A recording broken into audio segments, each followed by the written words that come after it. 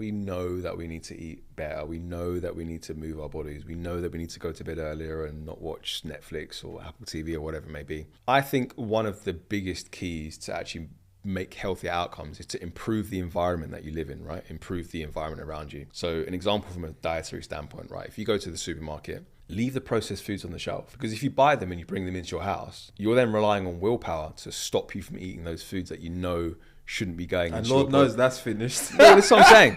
Look, willpower is a finite resource, right? Yeah. It's going to run out. Yeah. So, and when you're in the supermarket, the barrier to getting these foods is money. So actually you might just, it's a lot easier to be like, I don't want to spend the money, versus getting home, you've got all the Krispy Kremes or whatever it may be there, and to be like, oh, let me stop, let me not. You're going to eat them. You're going to eat them. So cultivating your environment, make sure that the foods that you bring into your home are lending themselves to good health. And even little things like, if you make a commitment to yourself that you're going to go to the gym, lay your gym clothes out.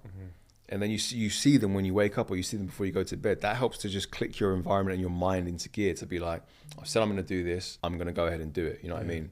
So your environment is so important. And look, we live in a very what's called an obesogenic environment.